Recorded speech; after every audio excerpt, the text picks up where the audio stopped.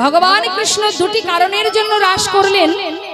একদিকে গোপীগণের মনোবাসনা পূর্ণ, আর একদিকে কামদেবের অহংকার চূর্ণ। উজ্জ্বল নীলমণি গ্রন্থে শ্রীরূপ গোস্বামী পাদ কলম দিলেন, রসানাং সমহ রাস, অর্থাৎ সকল রসের নির্যাস হলো এই রাস। রাসলীলা আস্বাদন করতে বসে আমরা যদি সেই অপ্রাকৃত লীলার সঙ্গে জাগতিক জগতের সঙ্গে একাকার করে দিই, তাহলে কিন্তু আমাদের অপরাধ হবে। তার কারণ, যখন শ্রীল সুখদেব গোস্বামী এই রাসলীলা বর্ণনা করছেন, অগণিত ভক্ত 60,000 বালখণ্ড মুনি ঋষি বসে আছে, তখন সুখদেব গোস্বামী বলেন, শোনো, আহা, রাজা পরীক্ষিতকে বলেন, পরীক্ষিত, যে লীলা এখন আমরা আস্বাদন করব, এই লীলাটা আস্বাদন করার আগে তোমাদের সকলকে সাবধান মন্ত্র জপ করতে হবে। ইহ জগতের সঙ্গে পরপারের যেন এক করে ফেলো না। হরি বল। সাবধান মন্ত্র জপ করো। রয়াকার অন্তঃস্বরাস, মাঝখানে যে আকারটা আছে, আকার মানে কি? মূরতি। কার মূরতি আছে? এই যে আকারটা, অখিল রসামৃত রসরাজ শ্রী গোবিন্দের মূরতি। তবেই তো হয়েছে রাস। আজ ভগবান বেলি অবসানে মায়ের কোলে ক্ষীরসর নবনী সেবা করে শয়নে গেলেন। যেই না শয়নে গেছে, শারদীয়া পূর্ণিমার চাঁদ বাতায়ন দিয়ে ভিতরে প্রবেশ করে ভগবান শ্রীকৃষ্ণের মুখমণ্ডলে এসে পড়েছে। আকাশের চাঁদের কিরণে যখন কৃষ্ণচন্দ্রকে আলোকিত করলো, সেই চাঁদের কিরণে ভগবানের ঘুম ভেঙে গেল। সঙ্গে সঙ্গে তিনি চন্দ্রশালিকায় উঠে সেই শারদীয়া পূর্ণিমার চাঁদকে দর্শন করছে। মায়েরা জানেন চন্দ্রশালিকা কাকে বলে? চিলেকোঠা। চিলেকোঠা জানেন তো? হ্যাঁ, সেটাকে বলা হয় চন্দ্রশালিকা। তা আজ আমার গোবিন্দ সেই চিলেকোঠা অর্থাৎ চন্দ্রশালিকায় দাঁড়িয়ে শারদীয়ার চাঁদের শোভা দর্শন করছে। কেমন শোভা! নবকম কময়নরাগে লালে ডগমগ হয়ে শ্রীমতী রাধা রানীর বদন চন্দ্রিমার ন্যায় ইঙ্গিতে জানায়েছে, হে প্রাণনা, এসো এসো বধূ, এই রজনীতে তুমি আর রমণ করে ঘুমায়ে থেকো না। হে যশোদার আনন্দের দোলা, হে নন্দের নন্দন কৃষ্ণ, রজনী বৃথা যা, সকলের বাসনা পূর্ণ করো। অপরূপ চাঁদের শোভা দেখে ভগবান বিলম্ব না করে মুরলী হাতে নিয়ে এবার বনপথ ধরে যাচ্ছে। কেন? সবার বাসনা পূর্ণ করবে বলে। যারা প্রকৃত নাম ভালোবাসে, যারা কৃষ্ণ নামকে হৃদয় মন্দিরে বসিয়েছে মা, তারা যেখানে খোল করতালে ধ্বনি হবে, নিজেকে আর স্থির রাখতে পারবে না। এটাই ভক্তের মহিমা। তাই আজ দেখুন, গৌরহরি যখন খোল করতাল বাজিয়ে হরিনাম করছে, খোল বাজছে, করতাল বাজছে, সেই সময় যত ভক্ত আছে, নদেবাসী যত আছে, সবাই মিলে প্রভুর ওই খোল করতালের ধ্বনি শুনে সবাই সুরধ্বনি তীর আলো করে আনন্দ করছে। আজ ভাবের আবেশে আমার গৌর সুন্দর তিনিও ভক্তগণকে সাথে করে নিয়ে যখন আনন্দ করছে মা, ঠিক সেই সময় বাবা এক ভক্ত তিনি দূরে দাঁড়িয়ে দাঁড়িয়ে কাঁদছে। সেই ভক্তটিকে তিনি কিন্তু সামনে আসছে না, সবাই আনন্দ করছে, আর সেই ভক্ত দূরে দাঁড়িয়ে আছে। যিনি অন্তর্যামী, যিনি এখানে বসে আছেন প্রত্যেকের হৃদয় মন্দিরে, যিনি পরমাত্মা রূপে বসে আছেন, দেখবেন বাবা এখানে এত ভক্তের মধ্যে কার মনে কি আছে আমরা জানি না, কিন্তু যিনি এখানে বসে আছেন তিনি সব জানেন। তিনি কি করলেন? সমস্ত ভক্তদের নিয়ে আনন্দ করতে করতে হঠাৎ ওই সুরধ্বনির তীরে দূরে যে ভক্ত দাঁড়িয়ে আছে তার দিকে লক্ষ্য দিলেন। সঙ্গে সঙ্গে ইশারা করলেন, ইশারা করে ডাকছে, এসো। দূরে কেন? কাছে এসো। যখন গৌরহরি ডাকছেন, সেই ভক্ত দূর থেকে মাথা নাড়া দিয়ে বললেন, আমি যাব না। কেন আসবে না? আমার ভক্তরা কত আনন্দ করছে, সবাই হরিনাম করে আমাকে সুখ প্রদান করছে, আর তুমি দূরে দাঁড়িয়ে থাকবে? এসো। কেন দাঁড়িয়ে আছো তুমি দূরে? এসো, আমি তোমায় ডাকছি, তুমি এসো। সেই ভক্ত আবার মাথা নাড়া দিচ্ছেন, যাব না। কেন? তুমি জানো না প্রভু, তুমি জানো না আমি যে অসুচি, আমি যে অস্পৃশ্য। আমি যদি তোমার কাছে যাই, তোমার যত ভক্ত আছে যারা তোমাকে ভালোবাসে, তারা সবাই তোমাকে ফেলে চলে যাবে। তাই আমি দূরে দাঁড়িয়ে আছি, আমাকে যেতে বলো না। গৌর হরি বলেন, কেন? তুমি আমার কাছে এলে ওরা চলে যাবে কেন? তুমি অসুচি। কে বলেছে তোমার? মুচি হয়ে শুচি হয় যদি কৃষ্ণ ভজে, শুচি হয়ে মুচি হয় যদি কৃষ্ণ ত্যাজে। যার বদনে কৃষ্ণ নাম, সে অসুচি হবে কি করে? সে কখনোই অসুচি হতে পারে না।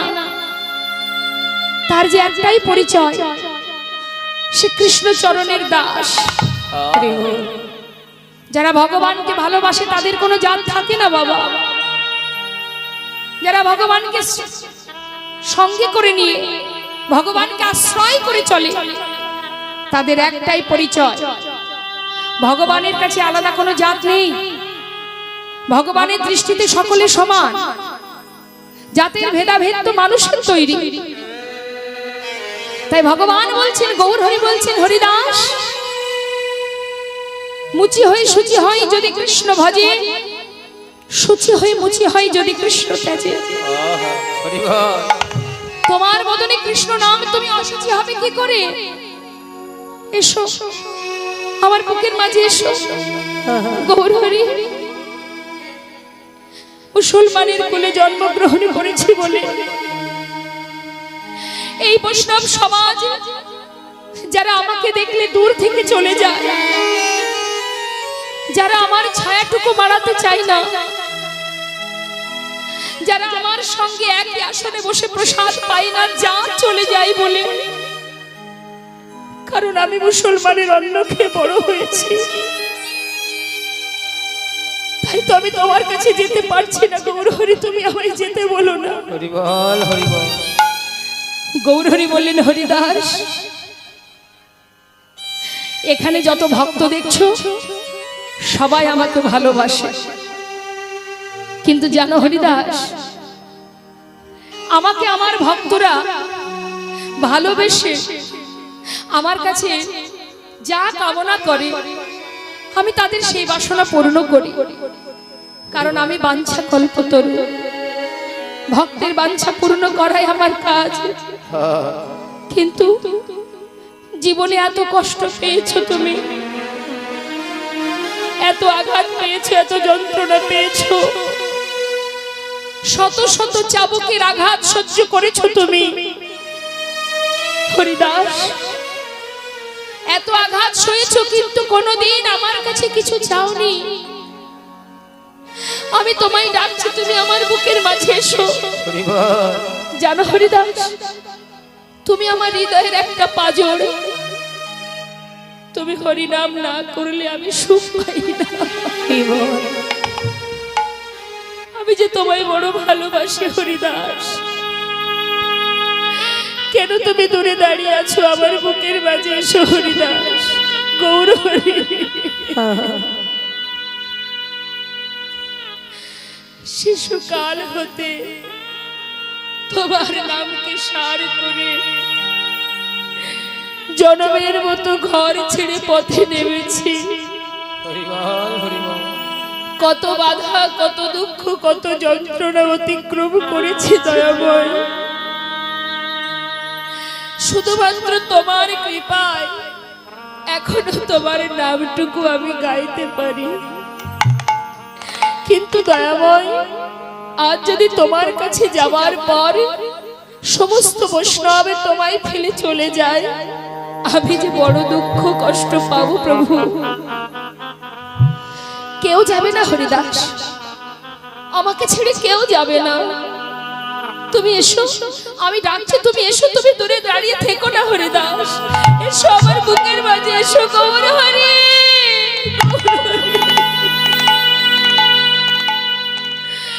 আর পারছে না অপেক্ষা করতে। সঙ্গে সঙ্গে হরিদাস ছুটে গিয়ে গৌরহরির চরণটা বুকের মধ্যে জড়িয়ে ধরেছে। হরিদাসকে দুহাত ধরে তুলে গৌরহরি বুকের মধ্যে জড়িয়ে ধরে বলছে, হরিদাস, আমি যে তোমায় বড় ভালোবাসি, তুমি যে আমার হৃদয়ের একটা পাঁজর। হরিদাস, তুমি জানো হরিদাস, আমার বহুদিনের একটা বাসনা আছে, সেটা হলো আমি তোমায় কিছু দিতে চাই। হরিদাস, আমার কাছে কিছু চেয়ে নাও দয়াময়। সব থেকে বড় চাওয়া তো আমার এটাই যে আমি তোমার চরণে ঠাঁই পেয়েছি। আমার মতো পাষণ্ডকে তোমার চরণে তুমি ঠাঁই দিয়েছো। এর থেকে বেশি কিছু চাওয়ার আমার নেই দয়াময়। তবে তুমি আমায় যদি দিতেই চাও, আমার তো এই জগতে আর কেউ নেই, একমাত্র তুমি আমার সব। তুমি মাতা, তুমি পিতা, তুমি ভাই, তুমি বন্ধু। তাহলে চাইতেই যদি হয় আমি তোমার জন্য চাইব। না হরিদাস, আমার জন্য নয়, তোমার নিজের জন্য চাইবে। বলো কি চাও, কি নেবে তুমি আমার কাছে? প্রভু, জগতের জীব তোমার কাছে চাই কিছু পাওয়ার আশায়, নিজেদের সুখের জন্য, কিন্তু আমার যে তোমার সুখী সুখ। তাই প্রভু, তোমার কাছে একটা নিবেদন, শুধু তোমাকে জানিয়ে রাখি প্রভু, প্রভু তোমার চরণে ছাড়া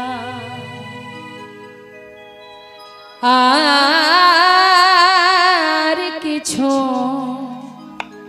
নাহি কামনে। প্রভু তোমার চরণ ছাড়া আর কিছু নাহি কামনি।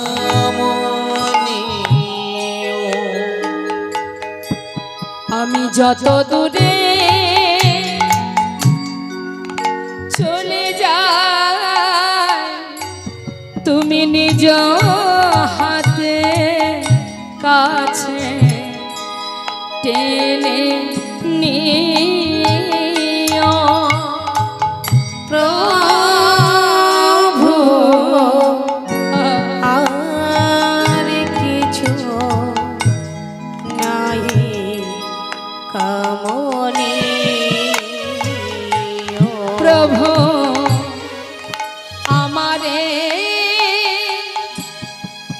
তোমার করে নিও,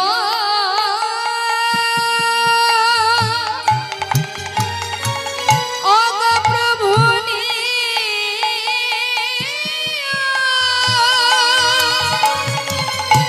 তুমি নিও গো প্রভু।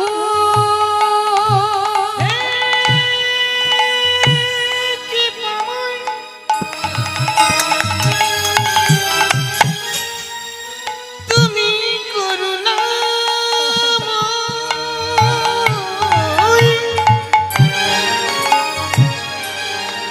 তুমি একবার নিজ গুণে কৃপা করো। হে প্রভু, হরি বল, নিতাই গৌর হরি বল। কৃপা তুমি আমারে তোমার করে নিও, তুমি নিও, নিও গো প্রভু। প্রভু আমার বলিতে কিছু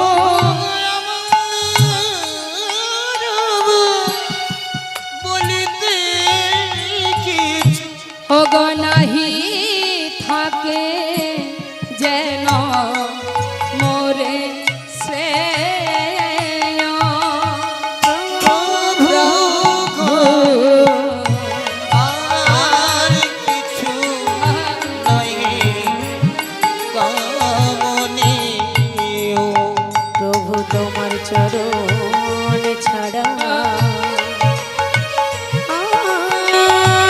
কিছু নাহি কামনে ও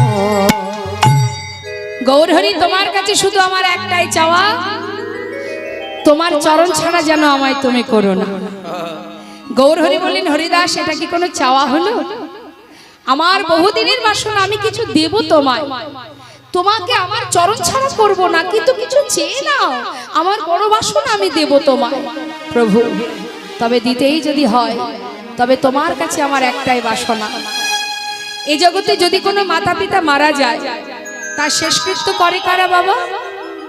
সন্তানেরা, পুত্র সকল। তাই তোমার কাছে একটা নিবেদন প্রভু, যেদিন এই দেহ থেকে প্রাণ পাখিটা চলে যাবে, যেদিন আমার বলতে জগতে আর কেউ থাকবে না, শুধুমাত্র সেই দিন আমার পুত্র হয়ে, আমার তো আর কেউ নেই গৌরহরি, তাই সেই দিন আমার সন্তান হয়ে তুমি আমার শেষকৃত্যটা সমাধান করে দিও। বলো প্রভু, এই ইচ্ছাটা তুমি পূর্ণ করবে, আমি আর কিচ্ছু চাই না তোমার কাছে, এই শেষ বাসনাটুকু পূর্ণ করে দেবে। গৌরহরি বললেন, হরিদাস, তাই হবে, তোমার শেষ বাসনা পূর্ণ হবে। এবার আমায় তুমি আনন্দ দাও হরিদাস, তোমার ইচ্ছা তো পূর্ণ করব, এবার আমাকে সুখ প্রদান করো। বলো প্রভু, কিভাবে সুখ প্রদান করব, আমি কি করতে হবে আমাকে? হরিদাস, নাম করো, তুমি নাম না করলে আমি শান্তি পাই না, একবার হরি নাম করো হরিদাস। হ্যাঁ প্রভু, আজ আমার বড় আনন্দ, আমার শেষ ইচ্ছা তুমি পূর্ণ করবে, আমি তো আর কিছু চাই না। তাই আজ আমি গাইব, জয় সচিনন্দন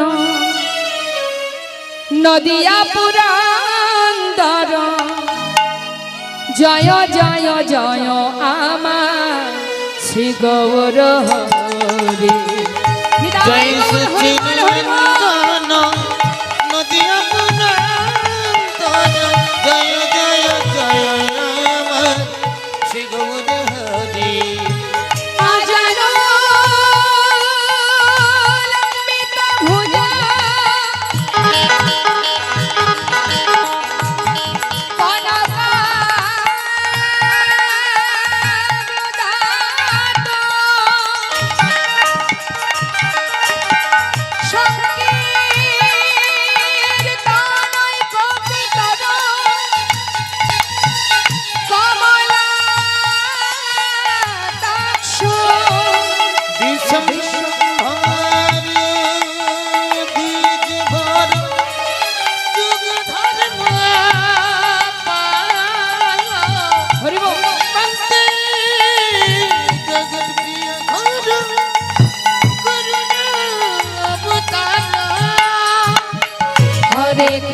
হরে কৃষ্ণ কৃষ্ণ কৃষ্ণ হরে হরে, হরে রাম রাম রাম হরে বলো হরে কৃষ্ণ কৃষ্ণ কৃষ্ণ হরে হরে, হরে রাম রাম রাম হরে হরে। সবাইকে যেতে পারে গোবিন্দ সেবায়? শুধুমাত্র বৃন্দাবনে কেন, এটা আমাদের ইহজগতেও আছে। গোবিন্দ সেবায় যাওয়া বললেই যাওয়া যায় না। সকল গোপী যাচ্ছে বটে, মনের আনন্দে যাচ্ছে সকল গোপী, কিন্তু এক একজনের এক এক অবস্থা। এই যে আপনারা এসেছেন, অনেকের বাড়ি থেকে অনেক ভাবেই কিন্তু বাধা সৃষ্টি হয়েছে, কিন্তু যারা প্রকৃত ভগবানের নাম ভালোবাসে তারা কিন্তু ঘরে থাকতে পারবে না। কি করলেন দেখুন, কোন গোপী ঘরের মধ্যে বসে বসে নিজেকে সুন্দর করে সাজাচ্ছিলেন। কেউ এক চোখে কাজল পরেছে, আর এক চোখে পরবে কেন? আজ শারদীয়া পূর্ণিমা তিথি, গোবিন্দ যেই বাঁশি বাজাবে আমাকে যেতে হবে, এই ভাবনা নিয়ে সাজছে মা। এক চোখে কাজল পরেছে সবে মাত্র, আর এক চোখে পরবে। হঠাৎ মুরলীর ধ্বনি, মুরলীর ধ্বনি শুনলে কি আর ঘরে থাকা যায়? আর কি থাকা যায় ঘরে? চললেন ছুটে। কোন কোন গোপী এক চরণে নূপুর পড়েছে, আর এক চরণে পরা হলো না। কোন কোন গোপী আবার এক করে কঙ্কন পড়েছে, আর এক করে পড়তে যাবে, হঠাৎ মুরলীর ধ্বনি। যে যে অবস্থায় ছিল বাবা, মুরলীর ধ্বনি শোনা মাত্রই সেইভাবে ছুটে চললেন। সবাই যাচ্ছে মা। মহাজন বললেন, দেখো দেখো, যে ঘরের কুলবধূ স্বামীর শয্যা পরিত্যাগ করে জগৎপতি সেবা দেবে বলে ঘর থেকে বাহির হয়েছে, সেই ঘরের কৃষ্ণ বহির্মুখী স্বামী যারা, মানে যাদেরকে বলা হয় নাস্তিক, এই কৃষ্ণ বহির্মুখী স্বামী যারা, সেই ঘরের কুলবধূ যেই না ঘর থেকে পা বাড়িয়েছে বাইরে, সঙ্গে সঙ্গে সেই বহির্মুখী স্বামী তার হাতটা চেপে ধরে বলে, না, হাত ধরে বললেন, যাচ্ছিস কোথায়? স্বামী, আমি যাচ্ছি স্বামীর কাছে। স্বামীর কাছে? ঠিক করে বল, কোথায় যাচ্ছিস? আমি তো তোর স্বামী, আবার যার কাছে যাচ্ছি সেও তোর স্বামী। কোথায় যাচ্ছিস সত্য কথা বল। বললাম তো, আমি চলেছি স্বামীর কাছে। তবে জানো স্বামী, আমি যে স্বামীর কাছে চলেছি সে শুধু আমার একার স্বামী নয়, সে আমারও স্বামী, তোমারও স্বামী, জগৎ জীবের স্বামী, সে হলো জগৎ স্বামী। সে কি আর এত কিছু বোঝে না? সে বলছে কলঙ্কিনী, দ্বিচারিণী, অসতী, আমাকে ছেড়ে এত রাত্রে স্বামীর কাছে যাওয়া। তাহলে বুঝলাম এতদিন আমি তাহলে কলঙ্কিনীর ঘর করছি। শোনেরা, এক রজনীতে কয়েক স্বামীর বাসনা পূর্ণ করবি তুই? তোর পিতা অগ্নি সাক্ষী করে আমার সঙ্গে তোর বিবাহ দিয়েছে, তোর সব কিছুর উপরে শুধু আমার অধিকার। সঙ্গে সঙ্গে সেই গোপী বলে উঠলেন, স্বামী ঠিকই বলেছ, আমার পিতা বিবাহ দিয়েছে আমার এই দেহটার সঙ্গে, তোমার সাথে বিবাহ হয়েছে এই দেহটা। দেহের মধ্যে একটা জিনিস আছে যেটা আমি তোমাকে কখনো দিইনি, সেটা কি জানো? সেটা হলো মন, যেটা সেই শিশুকালে আমি কৃষ্ণ চরণে অর্পণ করেছি। স্বামী, আমি তোমার দুটি পায়ে পড়ি, আর কোনোদিন যাব না। আজকে রজনীটা ছেড়ে দাও স্বামী, আমি কথা দিলাম, আজকে রজনীটা যদি তুমি ছেড়ে দাও, আমি তোমায় ছেড়ে কোথাও কোনোদিন যাব না। তুমি জানো না স্বামী, একদিন নয়, দুই দিন নয়, যুগ যুগ ধরে আশা করে বসেছিলাম এই রজনীর জন্য। ওই দেখো, ওই যে বাঁশি বাজায়, আমাকে যেতে হবে স্বামী, আমাকে বিদায় দাও। হাতটি চেপে ধরে বললেন, অসতী, কলঙ্কিনী, শোন, আমি যদি তোর দেহপতি হই, আমার জন্য দেহটা রেখে ওই মনটা নিয়ে যা সেই পরমপতির কাছে। হাতটা ধরে ঘরের মধ্যে রেখে বাইরে থেকে দরজায় শিকল তুলে দিলেন। যা দেখি কেমন করে যাস, তোর এই মনটা নিয়ে চলে যা তার কাছে, আর দেহটা আমার জন্য রেখে যা। চার দেওয়ালের মধ্যে বাধা পড়ল মা। সেই গোপী ঘরের মধ্যে বসে বসে কাঁদে আর বলে, স্বামী গো, তোমার কথাই যেন সত্য হয়, সত্যই যেন আমার এই দেহটা রেখে এই মনটা নিয়ে আমি গোবিন্দের চরণে পৌঁছাতে পারি। স্বামী গো, যুগ যুগ ধরে আশা করে বসে আছি একটা রজনীর জন্য। হে বিপদ ভঞ্জন মধুসূদন, এমন স্বামীর সংসারে তুমি আমায় দিয়েছো যে তোমাকে চেনে না, বোঝে না। কোথায় আছো একবার দেখা দাও। ঘরের মধ্যে সেই গোপী কাজ আর গোবিন্দকে ডাকছে, দেখা দাও ও হে মধুসূদন।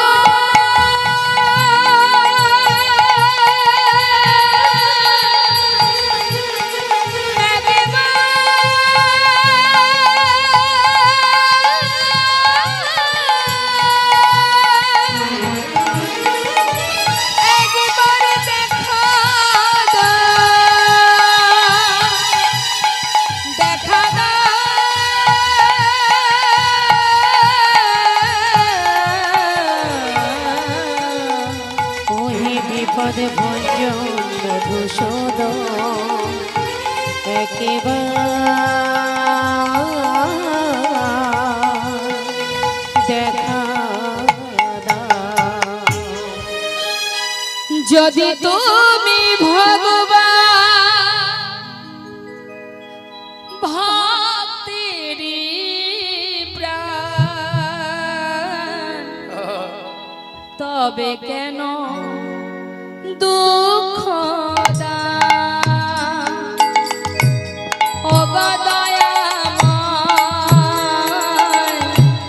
তবে কেন দুঃখ দাও? যদি তুমি ভগবান ভক্তেরি প্রাণ, তবে কেন দুঃখ দাও? ওগো কৃপাময়, তবে কেন দুঃখ দাও? তুমি যে জীবন, তুমি যে মরণ, তুমি যে সকলের কারণ। ওগো দয়াময়, তবে কেন দুঃখ দাও? তুমি যে জীবন, তুমি যে মরণ, তুমি যে সকলের কারণ। দয়াময়, তবে কেন দুঃখ দাও? তুমি যে কামনা, তুমি যে ভাবনা, তুমি যে ভক্তির দান। প্রভু গো, তবে কেন দুঃখ দাও? তুমি যে ভাবনা, তুমি যে কামনা,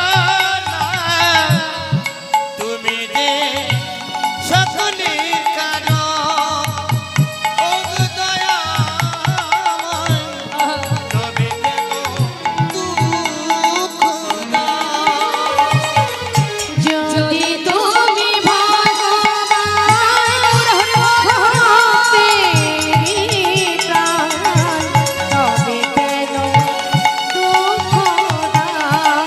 ওগো কৃপাময়, তবে কেন দুঃখ দাও? ওগো দয়াময়, তবে কেন দুঃখ দাও? বলুন তো মা, আপনারা গোবিন্দকে ভালোবাসেন না সংসার ভালোবাসেন? কাকে বেশি ভালোবাসেন? এখানে প্রমাণ হবে কাকে বেশি ভালোবাসেন, বলুন। গোবিন্দকে না সংসারকে? সবাইকে ভালোবাসেন? মন তো একটা হতে হবে, দুই দিকে গেলে হবে না। বলুন।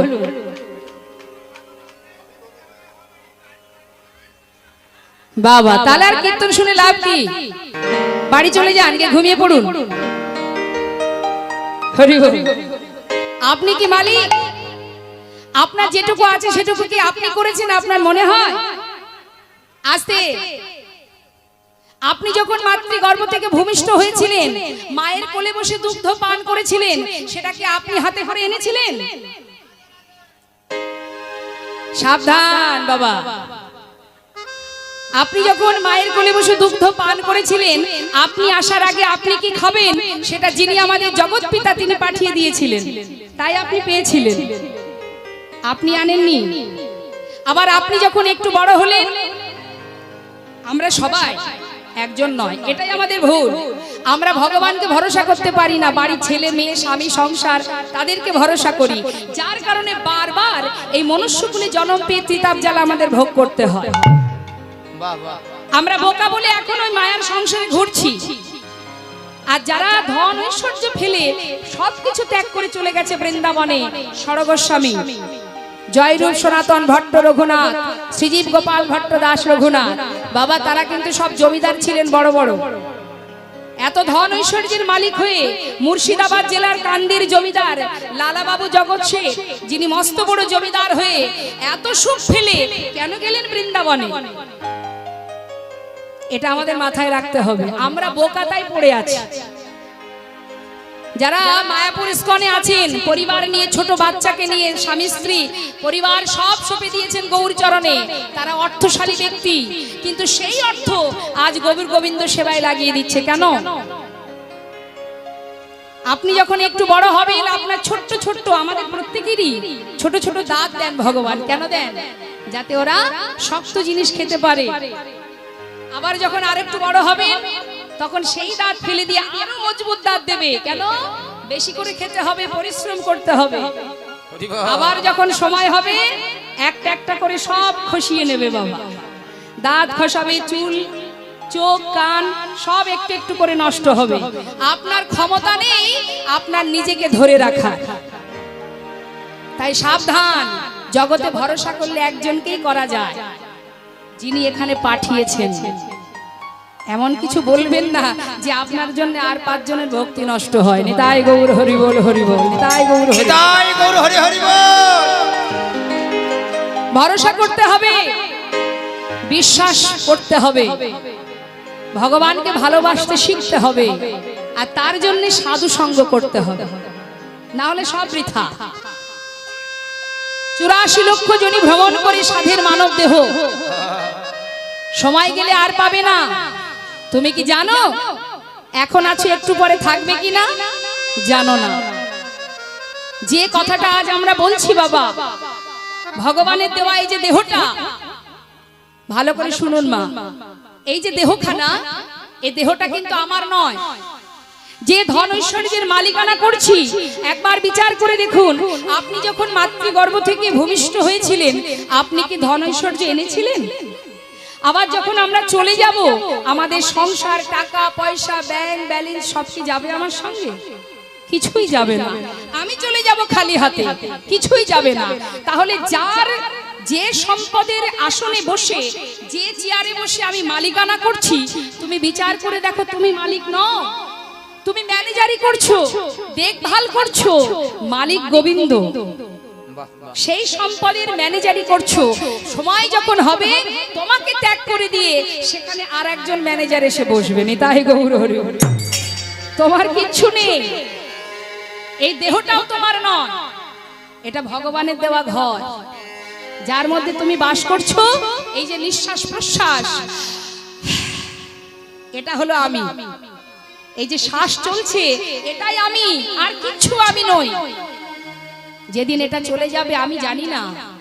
এ জগতের ভাড়া বাড়িতে বাস করলে যদি মালিক বলে ঘর ছেড়ে দাও, আস্তে ভাড়াটিয়া বলতেই পারে যে মালিক বাবু আপনার ঘর 2 মাস পরে অমুক তারিখে ছেড়ে দেব, বলতে পারে। কিন্তু আপনি যে বাড়িতে বাস করছেন, আমি যে বাড়িতে বাস করছি, এই যে দেহ ঘর, ভগবানের দেওয়া দেহটা, এই যে এর মধ্যে আমি বাস করছি মা, এর মালিক তো গোবিন্দ। সে যখন চাইবে, সে দিনেও হতে পারে, রাতেও হতে পারে, ঘাড় ধাক্কা দিয়ে তার ঘর থেকে তোমায় বের করে দেবে। তোমার সাধ্য নেই তোমার এখানে থাকা। তাই জগতে সবে বৃথা, অনিত্য, নিত্য অনাদি আদি গোবিন্দ, যিনি সৃষ্টিকর্তা। তাই বলে কি আপনি সংসার করবেন না? সংসার করছেন, করুন। আমরা যা যা করছি এগুলো আমাদের দায়িত্ব আর কর্তব্য, আর কিচ্ছু না বাবা। এগুলো আমাদের কর্ম। শ্রীমতী রাধারানীও সংসার করেছেন, আয়ানের ঘরণী হয়েছেন, তিনিও রান্না করেছেন, কর্ম করেছেন, সবই করেছেন, কিন্তু তার মনটা কোথায় ছিল মা? গোবিন্দের কাছে। জি, তুমিও কর্ম করো, অর্থ উপার্জন করো, সবই করো, কিন্তু মনটা দিয়ে দাও গোবিন্দের চরণে। এই জগতে সবাই তোমাকে ভুলে যেতে পারে, স্বার্থে যদি এতটুকু আঘাত লাগে তোমাকে ঘর থেকে বের করেও দিতে পারে, কিন্তু তুমি জেনে রাখো, সবাই তোমাকে ছেড়ে চলে গেলেও একজন তোমায় ছেড়ে যাবে না, যে কিনা ছায়ার মতো তোমার মাথার উপরে দাঁড়িয়ে আছে। যতদিন তুমি এই ধরায় থাকবে, সে তোমাকে রক্ষা করে